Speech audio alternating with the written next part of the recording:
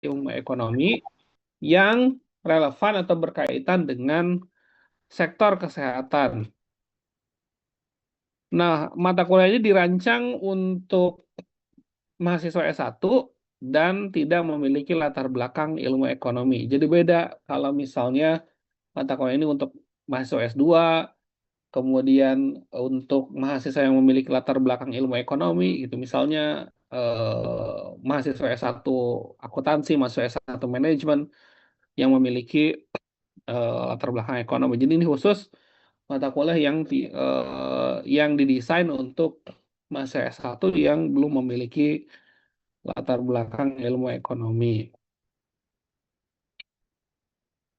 Poin pentingnya adalah di sini setelah mengikuti mata kuliah ini kita bukan menjadi seorang ahli ekonom yang bisa komentar banyak di apa ya di media sosial gitu ya atau di TV bahkan jadi ekonom gitu. Bukan. Tapi kita memahami bahwa setiap keputusan-keputusan itu pada akhirnya memiliki konsekuensi gitu ya, memiliki konsekuensi. Nah, dari setiap konsekuensi ini kita bisa menilai setidaknya mana yang baik, at least menurut menurut pendapat kita hasil hasil hasil eh, penelaahan kita dan mana ya keputusan-keputusan yang memang tidak baik. Jadi sebetulnya belajar ilmu ekonomi itu bukan melulu belajar tentang uang, enggak, tapi lebih banyak belajar tentang bagaimana sebuah keputusan itu diambil berdasarkan prinsip-prinsip rasionalitas, prinsip-prinsip apa namanya, kita memiliki informasi yang komprehensif terkait dengan apa namanya pilihan-pilihan yang ada dan lain-lain. Jadi lebih menekankan kepada sisi em, apa namanya proses pengambilan keputusan itu sendiri. Kemudian kita juga akan mempelajari tools ilmu ekonomi yang bisa diterapkan di kesehatan.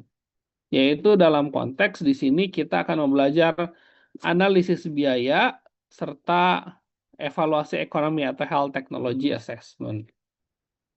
Lagi-lagi di sini kita bukan bukan tiba-tiba menjadi ahli seorang analis biaya, enggak juga gitu ya. Kita karena kita hanya mempelajari basicnya. At least teman-teman misalnya ketika nanti memegang jabatan di rumah sakit, teman-teman tahu gitu ya mana komponen biaya yang bisa diefisiensi, mana komponen biaya yang tidak bisa dinegosiasi, bagaimana seharusnya biaya itu dikeluarkan dan lain-lain. Jadi kita nggak dibohongin sama sama akuntan, sama bagian keuangan gitu ya. Ini nggak bisa diganti gitu, padahal bisa diganti. Nah, kita memiliki basic knowledge itu.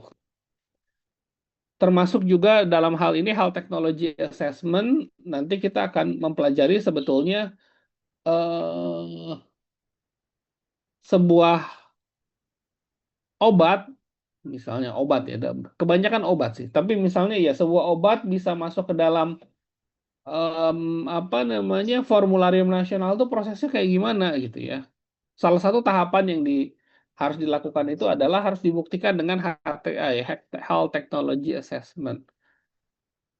Dikaji dulu apakah obat tersebut memiliki value for money. Artinya ketika uang yang dikeluarkan itu besar, maka dampaknya juga mesti besar dong. Nah, dalam konteks kesehatan masyarakat yang nggak melulu tentang obat. Kalau kita ingin membuat sebuah intervensi, maka kita harus pikirkan value for money-nya. Bagaimana sebuah intervensi itu, uang yang dikeluarkan besar, dampaknya besar apa enggak gitu ya. Apakah signifikan dampaknya? Nah, itu juga perlu perlu diperhatikan. At least kita punya kerangka berpikir seperti itu ketika nanti mempelajari ilmu ekonomi. Contoh gitu misalnya ya, yang paling fenomenal dah. Yang paling fenomenal apa yang menghabiskan resources besar di Indonesia? Yang jadi hangat topik pembicaraan apa, teman-teman? MBG, Pak. MBG, Pak. Betul sekali. MBG. MBG 1 triliun sehari gitu ya. Is it really free gitu kan? Karena ada pepatah yang bilang there is no free lunch gitu kan. Jadi nggak ada makan siang gratis. Is it really free? No gitu kan. Setelah kita lihat bahwa program ini itu memakan budget dari anggaran lain. Banyak komponen-komponen anggaran itu yang menjadi berkurang karena program ini. Misalnya dana transfer ke daerah, dana alokasi umum ataupun dana alokasi khusus. Itu kan dulu setiap daerah tuh dapat transfer dari pemerintah pusat karena kan memang ada beberapa jenis pendapatan yang itu diambilnya oleh pemerintah pusat baru ditransfer ke daerah kayak gitu. Misalnya apa namanya? Mungkin kalau dana bagi hasil tambang sudah dipotong langsung gitu ya, tapi karena pajak pendapatan itu diambil sama pemerintah pusat, nggak fair dong kalau semuanya di, di alokasikan untuk program pemerintah pusat enggak gitu ya. Pajak pendapatan ya harus dialokasikan juga ke daerah karena mereka juga punya hak. Nah, komponen ini dikurangi, dipotong habis-habisan ketika pemerintah memutuskan untuk melakukan program MBG dan apa namanya melanjutkan IKN gitu ya. Efeknya apa? Efeknya dana alokasi umum berkurang, dana alokasi khusus berkurang, jalan-jalan di daerah itu hancur gitu ya. Jalan jalan jalan provinsi maupun jalan kabupaten kota itu banyak yang hancur. Awal Lebaran kemarin saya eh, mudik ke tempat istri saya di Sumatera Barat. Biasanya awal Lebaran, awal puasa, Lebaran belum, awal puasa itu saya mudik ke tempat istri saya di Sumatera Barat. Biasanya yang saya kagum sama Sumatera Barat itu jalanan, baik itu di jalanan besar maupun jalanan ke desa-desa itu mulus. Biasanya ya, seingat saya gitu ya. eh Sudah hampir berapa kali ya? Udah hampir 8 tahun gitu ya saya bolak-balik ke Sumatera Barat. Jalanan di pinggir-pinggir sawah sampai jalanan di apalagi jalan provinsi gitu udah pasti mulus gitu kan. Tapi 2 tahun belakangan ini enggak gitu ya. Jalan dari mana dari Batu Sangkar ke Bukit Tinggi aja di daerah Salim Pawung sampai Baso gitu ya. Itu jelek banget gitu ya, buruk gitu kan ditambah lagi di sana kan ada beberapa banjir dan lain-lain. Jembatan-jembatan juga belum semua dibangun gitu ya. Nah, kebetulan mertua saya dulu sebelum pensiun di DPRD, saya tanya kok sekarang pembangunan jalan jadi kayak gini gitu kan 2 tahun terakhir ini. Nah, ya di jawabannya ya dana budget APBD menurun karena memang dana alokasi umum dan dana alokasi khusus habis gitu ya, nggak dikasih lagi sehingga anggaran untuk pembangunan jadi signifikan berkurang. Nah itu contoh bagaimana kita lihat gitu ya, at least kita punya kerangka berpikir apakah betul ketika menggelontorkan suatu program itu memiliki value for money. Jangan satu per hari itu terbuang sia-sia gitu ya. Satu per hari itu mirip mirip 1 kilometer ini loh, 1 kilometer MRT Jakarta. Jadi bayangkan misalnya kalau ada 365 triliun, itu sama dengan kita membangun MRT sepanjang 365 triliun. Itu Jakarta, itu sama kayak membangun dari Jakarta ke Bandung, lebih malahan, Jakarta Cirebon kayaknya. Sepanjang itu gitu ya, yang harus dikorbankan karena untuk MBG. Nah, itu perlu perlu dilihat gitu ya. Kita akan mempelajari kerangka berpikirnya. Nah, kemudian kita juga akan membahas tentang sistem pembiayaan kesehatan tidak hanya di Indonesia, tapi juga di berbagai negara. Nah, apakah misalnya sistem pembiayaan kesehatan itu macam-macam desainnya? Indonesia kebetulan menggunakan, bukan kebetulan, ya Indonesia menggunakan hasil kajian lah orang-orang diputuskan bahwa Indonesia menggunakan sistem asuransi sosial misalnya. Tapi nggak melulu asuransi juga sih sebetulnya. Ada mix karena ada yang dibayarin pemerintah. Tapi sistem besarnya adalah asuransi sosial. Nah, apakah sistem ini tuh sebetulnya bisa gitu ya menunjang untuk mencapai yang disebut dengan universal health coverage? Apakah universal health coverage itu orang datang ke rumah sakit hanya modal KTP terus bisa dilayani gitu kan? Kan lagi rame ya soal itu ya universal pernah rame bukan lagi rame pernah rame di media sosial bahwa universal coverage itu modal KTP bisa langsung dilayani di rumah sakit. Apakah seperti itu gitu ya konsepnya? Nah, kita akan bahas. Dan harus saya bilang enggak kayak gitu ya. Konsep universal health coverage itu beyond that gitu ya. Lebih besar daripada hal itu. Nah, itu sekilas tentang mata kuliah ini. Nah, kalau digambarkan ya ada 4 cabang utama. Pertama kita akan membahas tentang fondasi ilmu ekonomi. Pada sesi ini kita akan membahas tentang konsep pada hari ini ya. Kita akan membahas tentang konsep kelangkaan dan biaya peluang. Kemudian harusnya hari ini cuman saya nggak ngeh ternyata harus hari ini juga gitu. Cuman mungkin nanti kita bisa bisa bahas di pekan berikutnya karena kalau bahas hari ini nanti khawatirnya terlalu berat karena ini banyak banyak grafik-grafiknya tidak menyenangkan lah intinya. Eh, Membahas tentang perilaku produsen dan konsumen ini. Nah, kita akan membahas perilaku produsen dan konsumen baik itu dari pendekatan klasik maupun pendekatan ekonomi perilaku. Nah, dari situ kita akan membahas tentang mekanisme pasar. Jadi ada produsen, ada konsumen, mereka bertemunya di mana gitu ya? Bertemunya di yang disebut dengan pasar gitu ya. Pasar bukan melulu tentang bangunan gitu ya, bangunan, tapi pasar kalau sekarang kan online juga pasar kayak gitu kan. Intinya adalah ada sebuah struktur yang bisa mempertemukan produsen dan konsumen dan di situ nanti ada kesepakatan harga dan lain-lain kayak gitu ya. Nah, oleh karena itu kita akan membahas tentang teori permintaan dan penawaran serta elastisitas.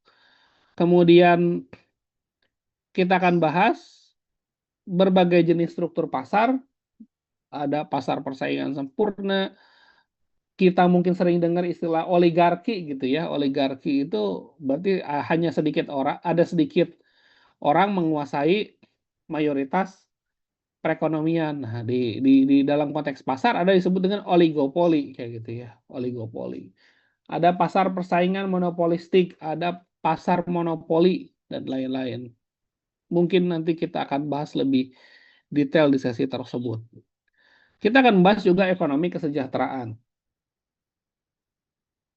Ilmu ekonomi percaya bahwa setiap alokasi anggaran yang paling efisien itu dilakukan di pasar. Jadi tidak boleh ada intervensi dari pemerintah kalau mau efisien. Kalau ada intervensi dari pemerintah itu tidak akan bisa efisien. Contohnya harga BBM. Harga BBM. Biarkan saja misalnya Shell ataupun BP gitu ya, British Petroleum itu menjual ini, menjual BBM-nya bersaing gitu ya dengan pemerintah, dengan milik pemerintah, Pertamina, Vivo gitu ya, bebasin aja gitu kan. Once ada intervensi pemerintah itu kan pada akhirnya sempat terjadi kekicruhan gitu kan. Menteri ESDM Pak Bahlil membatasi impor dan lain-lain. Pada akhirnya ada apa namanya pengurangan besar-besaran stok SPBU di Shell dan BP. Itu kan sempat menjadi chaos gitu kan. Kenapa? Karena eh, orang-orang tidak mistrust dengan Pertamina walaupun jauh lebih murah. Pernah pada satu titik Vivo menjual BBM lebih murah, tapi waktu itu nggak tahu kenapa somehow ada aturan yang pada akhirnya Vivo akhirnya nggak jadi lebih murah gitu ya menjual bensin yang ron ron 89 apa 90 kayak gitu ya. Lupa saya waktu itu.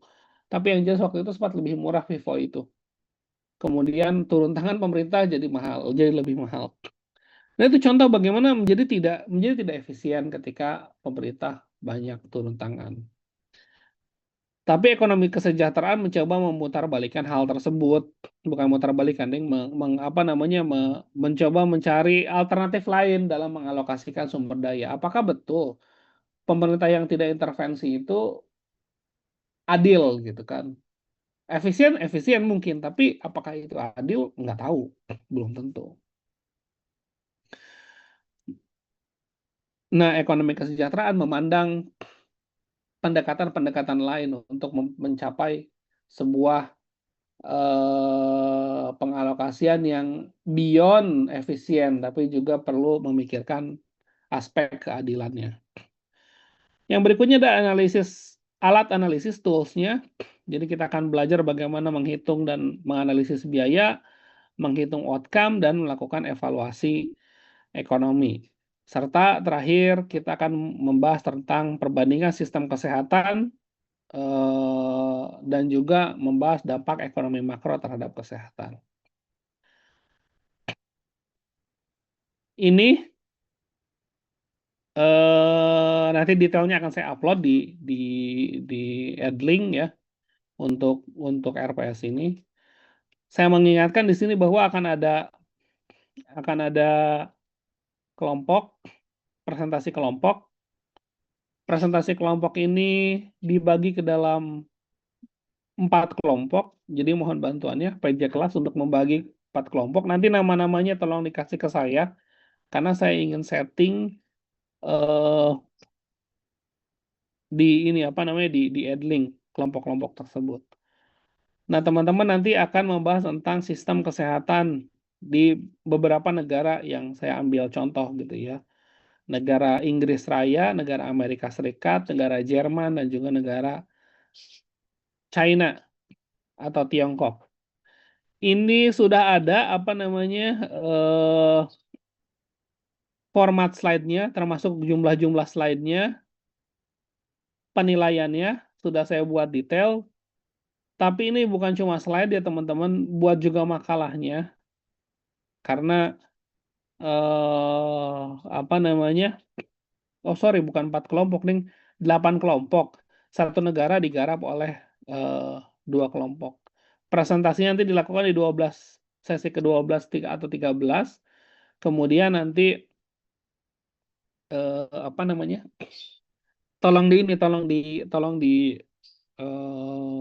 buat makalahnya dan juga slide-nya.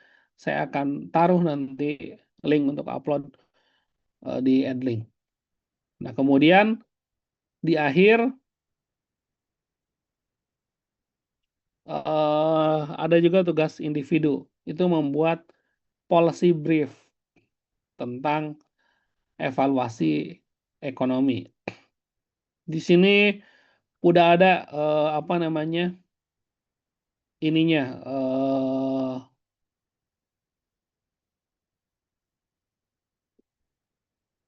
outline-nya harus apa saja.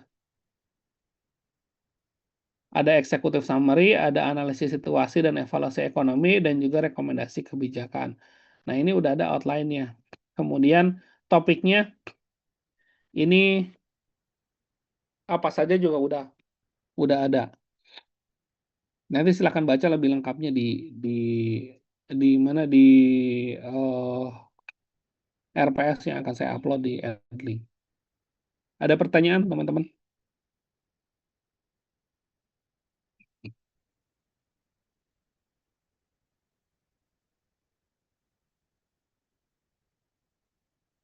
Kalau tidak ada, saya lanjut ya ke materi untuk pagi hari ini.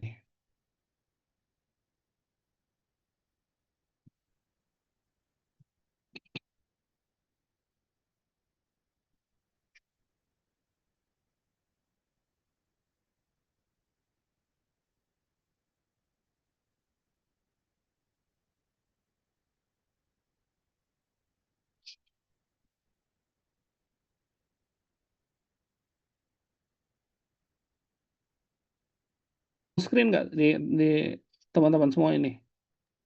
Belum, Enggak, Pak. Pak. Belum, Pak. Belum, Pak. Belum full screen? Belum, Pak.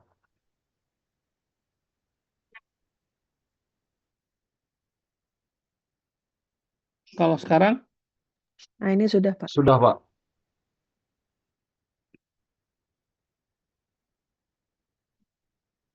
saya suka lupa. eh Apa namanya? Ngabsen.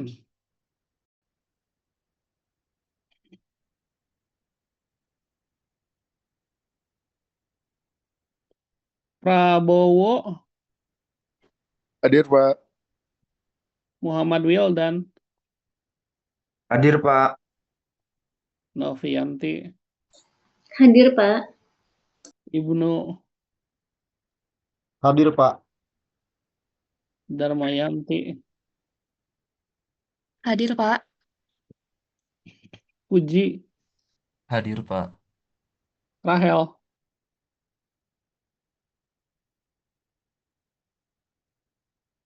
Rahel, nggak hadir. Anis, Hadir, Pak. Nurul Sofia, Hadir, Pak. Dika, Sedang dalam perjalanan infonya tadi, Pak. Hadir, Menuju Pak. tempat Hadir, tadi. Pak. Oh, sudah. kenapa cuma 10 ya? Oh, salah saya. Salah ngisi, sorry. Salah lihat, aduh.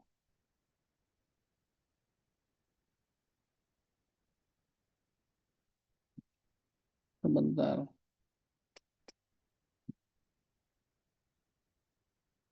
Sorry, ulangi lagi. Prabowo hadir, Muhammad Wildan hadir, Novi hadir, Ibnu hadir, Damayanti hadir, Puji, Rahel tidak, Anis, Izin Pak Rahel hadir Pak, lagi di jalan Pak, maaf.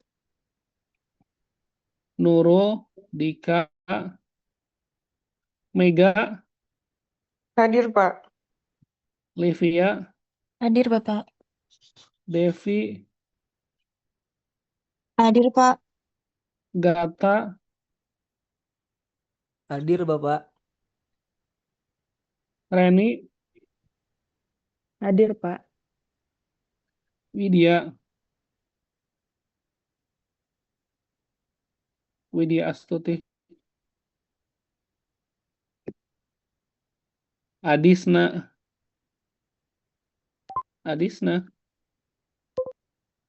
Tiara, Hadir, Pak. Fanya, Hadir Pak. Aldo, Hadir, Pak. Ferliandi, Hadir, Pak. Nursita,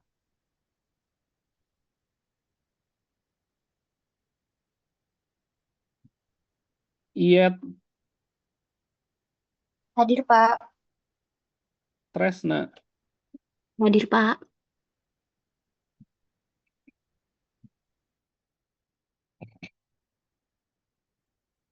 Oke, sekarang kita lanjut ya ke materi pertama kita yaitu kita akan mempelajari basic thing tentang ilmu ekonomi. Sebelum kita membahas apa itu definisi ilmu ekonomi atau ekonomi kesehatan, mungkin kita perlu apa namanya perlu step back dan juga eh, melihat terlebih dahulu gitu ya. Kenapa pada akhirnya ilmu ekonomi kesehatan ini timbul? Saya mengambil database belanja kesehatan Indonesia dari website Global Health Expenditure eh, database Global Health Expenditure Database. Ini mengcapture eh, total health expenditure atau total belanja kesehatan, total pengeluaran untuk kesehatan di Indonesia. Kalau GHE ini adalah pemerintah, pemerintah mengeluarkan sekitar 273 triliun di 2022 untuk belanja kesehatan. Ini di sektor privat, swasta, ini di eksternal, bisa jadi donor dan lain-lain. Nah, ini total health expenditure-nya. Ada sekitar 527 triliun belanja kesehatan di Indonesia. Bukan jumlah yang sedikit. Pertanyaannya, apa yang menyebabkan belanja kesehatan ini naik dari tahun ke tahun? Pada tahun 2000 itu cuma 28 triliun belanja kesehatan itu. Kenapa di tahun 2022, fast forward 22 tahun kemudian jadi 527 triliun? Apa yang terjadi? Teman-teman, kira-kira Perubahan pola penyakit mungkin, Pak. perubahan pola penyakit, Makin banyak orang yang sakit jadinya, Pak. makin Jadi banyak orang yang sakit. Ada lagi? Pertumbuhan penduduk, Pak. Jumlah penduduk semakin meningkat. Ada lagi yang berkaitan dengan ekonomi apa? Kira-kira.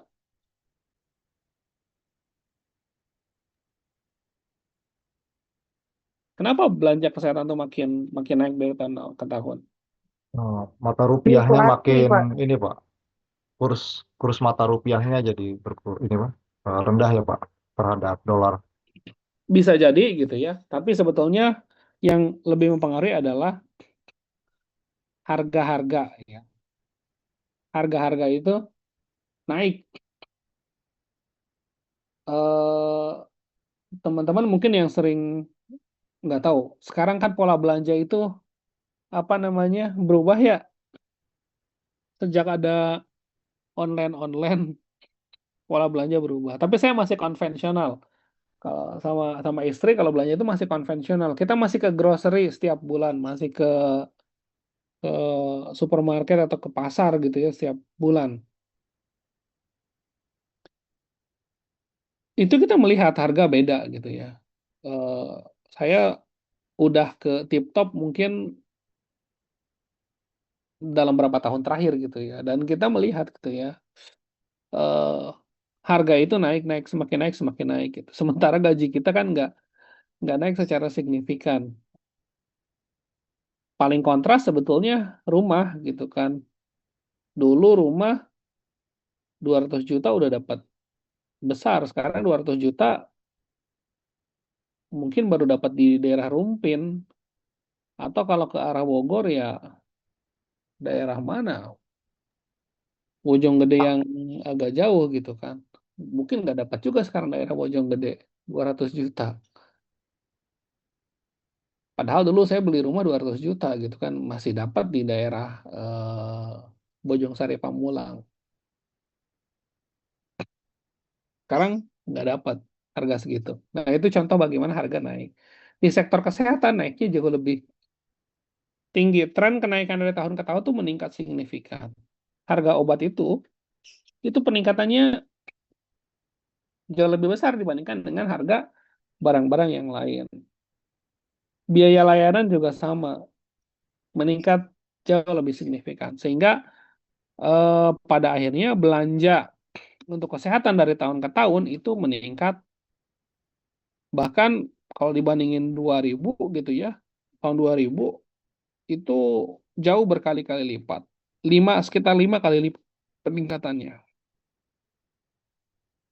Peningkatan ini bukan cuma dari sisi total ya, tapi pemerintah juga membelanjakan uang untuk kesehatan juga meningkat dari cuma 8 triliun di tahun 2000 menjadi 273 triliun di tahun 2022. Ini tentu bukan jumlah yang sedikit. Nah, maka dari sini ada pertanyaan lanjutan ya. Apa justifikasi pemerintah mengeluarkan dana lebih dari 200 triliun untuk belanja kesehatan? Kalau diskusi kita di awal, apa justifikasi pemerintah? Apa pembenaran dari pemerintah mengeluarkan budget 300 juta lebih, 300 triliun lebih untuk MBG misalnya. Itu kan perlu ada justifikasinya. Kenapa? Karena kalau misalnya uang itu tidak digunakan oleh sektor kesehatan, itu kan bisa dialokasikan ke sektor yang lainnya. Sektor pendidikan gitu misalnya. Kita masih struggling gitu ya dalam hal biaya kuliah. Biaya kuliah nggak gratis. Kampus-kampus negeri dipotong subsidi dari pemerintah. Dulu kan orang ngambil kampus pemerintah itu karena murah kan semesterannya. Sekarang nggak jamin kuliah di UMJ sama di UI murah di UI, nggak jamin saya gitu kan. Kenapa? Karena memang subsidi untuk kampus-kampus negeri dikurangi. Sementara operasional kampus harus jalan. Mau nggak mau pada akhirnya nyari dana dari mahasiswa. Karena bisnis-bisnis di kita belum serta-merta jalan gitu ya. Bisnis kampus itu nggak serta-merta jalan gitu. Sebetulnya kalau kampus mau dikelola dengan baik bisnisnya itu bisa menghasilkan uang yang eh, nggak sedikit juga gitu. Banyaklah contoh-contoh kampus yang bisa running the business gitu kan. Itu mereka punya uang yang signifikan sehingga bisa ngasih beasiswa. Contohnya di mana ya? Di kampusnya di Bangkok itu kampusnya punya 3 shopping mall. Jadi punya 3 mall yang besar. Kemudian punya hotel bintang 5. Kalau teman-teman pernah ke Bangkok, biasanya kalau tur-tur itu dimampirin ke MBK gitu ya. Nah, MBK itu salah satunya adalah punya kampusnya waktu di Bangkok. Sehingga mereka dapat pendapatannya nggak cuma dari mahasiswa. Oleh karena itu, once pemerintah motong anggaran, itu masih bisa survive ngasih beasiswa ke orang-orang. Problemnya di kita tidak banyak gitu ya. UI mungkin sudah punya gitu ya beberapa unit bisnis, misalnya punya Wisma Makara dan lain-lain. Tapi nggak semua kampus itu punya unit bisnis yang profitable. Sehingga mau nggak mau harus ngambil dari mahasiswa. Itu berasa signifikan. Kemudian dalam ilmu ekonomi itu membantu kita untuk membuat keputusan lebih rasional, lebih wise, ya, lebih bisa dipertanggungjawabkan. Kenapa? Karena kita akan belajar, akan ditantang untuk berpikir ulang bagaimana mengalokasikan sumber daya yang terbatas ini agar bisa efisien dan adil. Meskipun misalnya kita tidak memegang sebuah keputusan, tapi mungkin dalam kehidupan sehari-hari, minimal di rumah tangga gitu ya, kita bisa membuat keputusan-keputusan itu yang betul-betul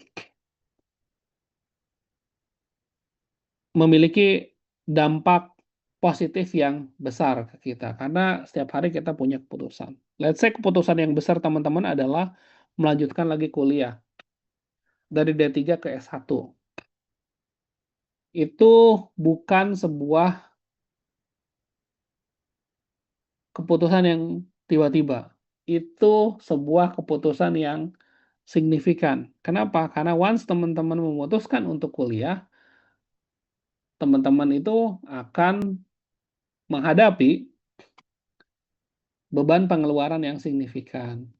Karena saya tahu nggak murah gitu ya. Melanjutkan lagi dari D3 ke S1. Saya nggak tahu berapa sekarang semesterannya. Ada 10 juta nggak? Lebih, Pak. Lebih. Berapa? 11.500.000. 5, Pak. 11,5 dikali 4 kan? 4 semester kan ya? Iya, Pak. Berarti total hampir 45 juta kan ya dalam 2 tahun. Di semester akhir lebih besar sih, Pak. Oh, lebih besar, 50 juta ada. Sekitar itu kalau saya hitung.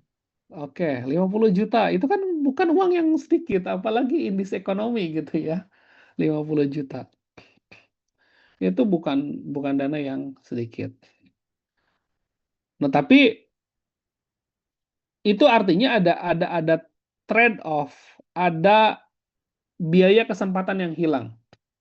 Ketika teman-teman memilih untuk kuliah, menghabiskan 50 juta, itu teman-teman harus trade off dengan misalnya teman-teman bisa umroh sebetulnya. Dengan uang segitu untuk yang apa namanya umroh. Atau misalnya bisa jalan-jalan ke Jepang misalnya. Jalan-jalan ke Eropa juga masih bisa 50 juta. Atau teman-teman minimal apa ya? Uangnya beli LM gitu misalnya, logam mulia. Itu bisa gitu kan. Tapi teman-teman memilih untuk kuliah. Pasti kan punya pertimbangan masing-masing. Ada trade off di situ. Nah, at least ketika kita belajar ilmu ekonomi, kita mempelajari bahwa setiap keputusan yang kita ambil itu ada opportunity cost-nya, ada biaya kesempatan yang hilang karena kita membuat sebuah keputusan. Opportunity cost dari teman-teman memilih kuliah berarti teman-teman tidak bisa investasi di LM ataupun apa obligasi ya yang lagi sekarang buka mungkin obligasi atau tidak uangnya itu nggak bisa dimasukkan ke saham gitu misalnya atau nggak bisa buat traveling nggak bisa buat umroh bayar DP haji juga bisa gitu kan tapi teman-teman memilih untuk kuliah itu opportunity cost-nya trade off-nya itu berarti harus ada pertukaran harus ada yang dipilih nah ilmu ekonomi membantu menjawab pertanyaan-pertanyaan tersebut apakah pilihan yang kita buat itu sudah wise apa belum, sudah pas atau belum. So, ilmu ekonomi sebetulnya itu bukan ilmu yang mempelajari tentang uang sebetulnya. Jadi kita suka salah kaprah.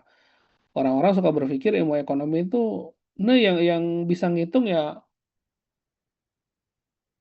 orang yang belajar ilmu ekonomi. Kadang-kadang saya sering banget disuruh untuk membuat budget gitu kan, membuat budget. Kalau saya ada proyek, bikin budget udah si Ridwan aja bikin budgetnya gitu. Padahal nggak kayak gitu juga gitu ya. Ilmu ekonomi bukan bukan melulu tentang uang dengan budget. Salah satunya memang ujung-ujungnya adalah uang dan budget karena memang sumber daya kita banyak dinilai oleh uang gitu kan. Tapi nggak melulu tentang uang. Sebetulnya ilmu ekonomi itu adalah ilmu yang mempelajari bagaimana sebuah masyarakat atau seorang individu membuat pilihan. Kenapa masyarakat atau individu itu membuat pilihan? Karena sumber dayanya terbatas. Di sisi lain, keinginan kita itu tidak terbatas. Kebutuhan kita itu tidak ada batasannya. Kalau boleh memilih gitu misalnya, kita akan lakukan semua gitu ya. Kan ya kuliah juga, ya traveling juga, ya investasi juga, ya umroh juga gitu kan.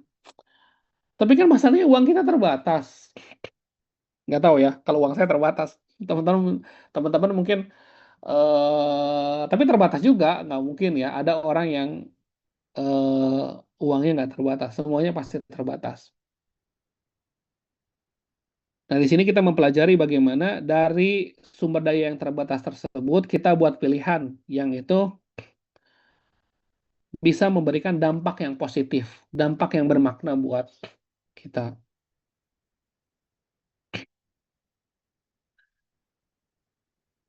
Karena setiap pilihan-pilihan itu pasti ada opportunity cost-nya, apa ada biaya kesempatannya. Dan kenapa kita membuat pilihan ya karena sumber dayanya terbatas. Termasuk pada hari ini gitu kan. Pada hari ini waktu kita juga terbatas. Waktu kita juga terbatas. Kita bisa memilih melakukan aktivitas lain gitu misalnya dibandingkan dengan harus pagi-pagi harus ikut kuliah. Pagi-pagi habis sahur ngantuk, masih harus mendengarkan ocehan dosen gitu misalnya ya, yang belum tentu relevan dengan pekerjaan kita. Ya to be fair kayak gitu gitu kan.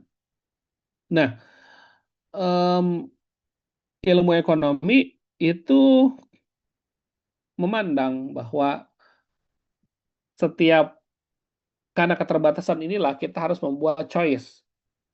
Karena kelangkaan inilah kita harus membuat choice. Keterbatasan itu sering disebut juga dengan scarcity atau kelangkaan.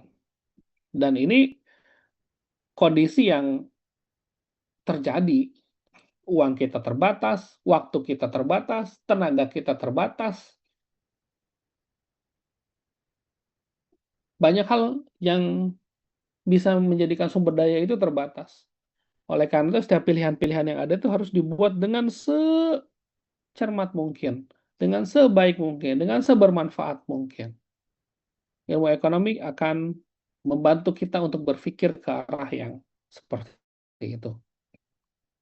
Nah, sekarang apa yang semua dimaksud dengan ekonomi kesehatan?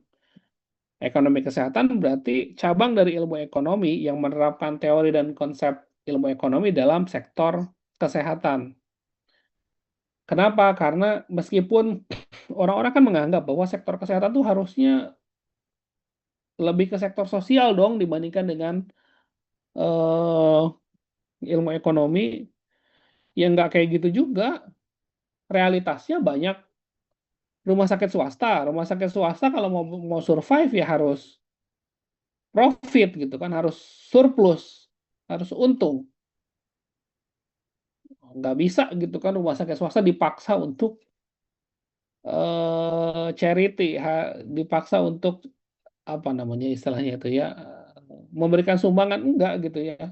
Ya dia juga harus memiliki karyawan yang harus dibayar. Dia juga eh, harus memberikan benefit ke owner, ke pemodal. Orang mau buka rumah sakit kalau nggak ada untungnya ngapain kayak gitu kan? Kecuali yang mau cuci apa namanya istilah itu ya, money laundering. Money laundering itu kan dia bikin bikin bikin bisnis itu untuk nyuci uang hasil korupsinya gitu kan. Tapi kan nggak kayak gitu kan. In the reality gitu kan, yang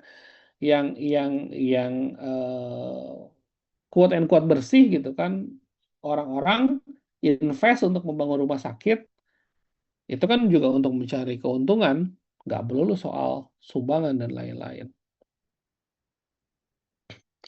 Sehingga banyak keputusan-keputusan rumah sakit atau di sektor kesehatan itu harus mempertimbangkan berbagai aspek, termasuk aspek efisiensi. Walaupun tidak semua hal di layanan kesehatan itu bisa menerapkan teori ekonomi.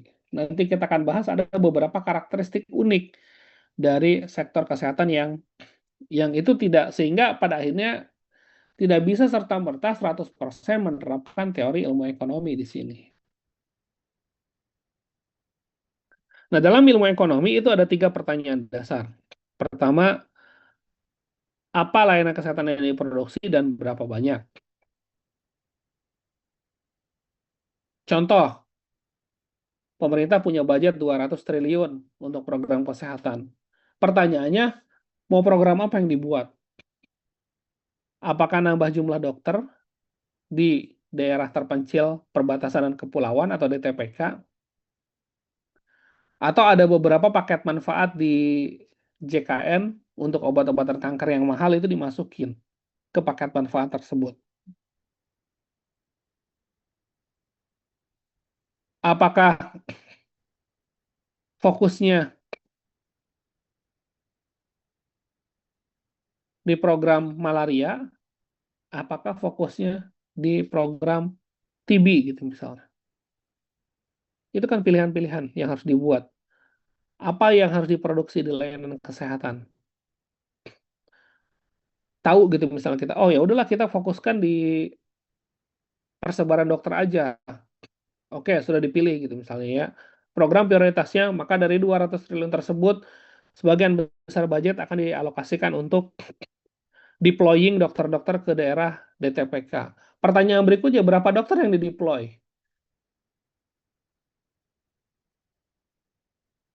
Itu kan juga harus diperhitungkan gitu kan. Atau misalnya penambahan paket manfaat obat kanker itu juga sama gitu ya. Obat apa yang dimasukkan ke dalam paket manfaat? Karena industri farmasi pasti kan dia merilis obat-obatan baru terus-menerus untuk dimasukkan ke paket manfaat. Namun problemnya obat-obatan baru itu kan masih dalam masa paten dan harganya sangat mahal. Satu obat, satu regimen kemoterapi, nggak tahu berapa puluh juta gitu kan. Yang mana uang puluhan juta bisa dipakai untuk hal lain.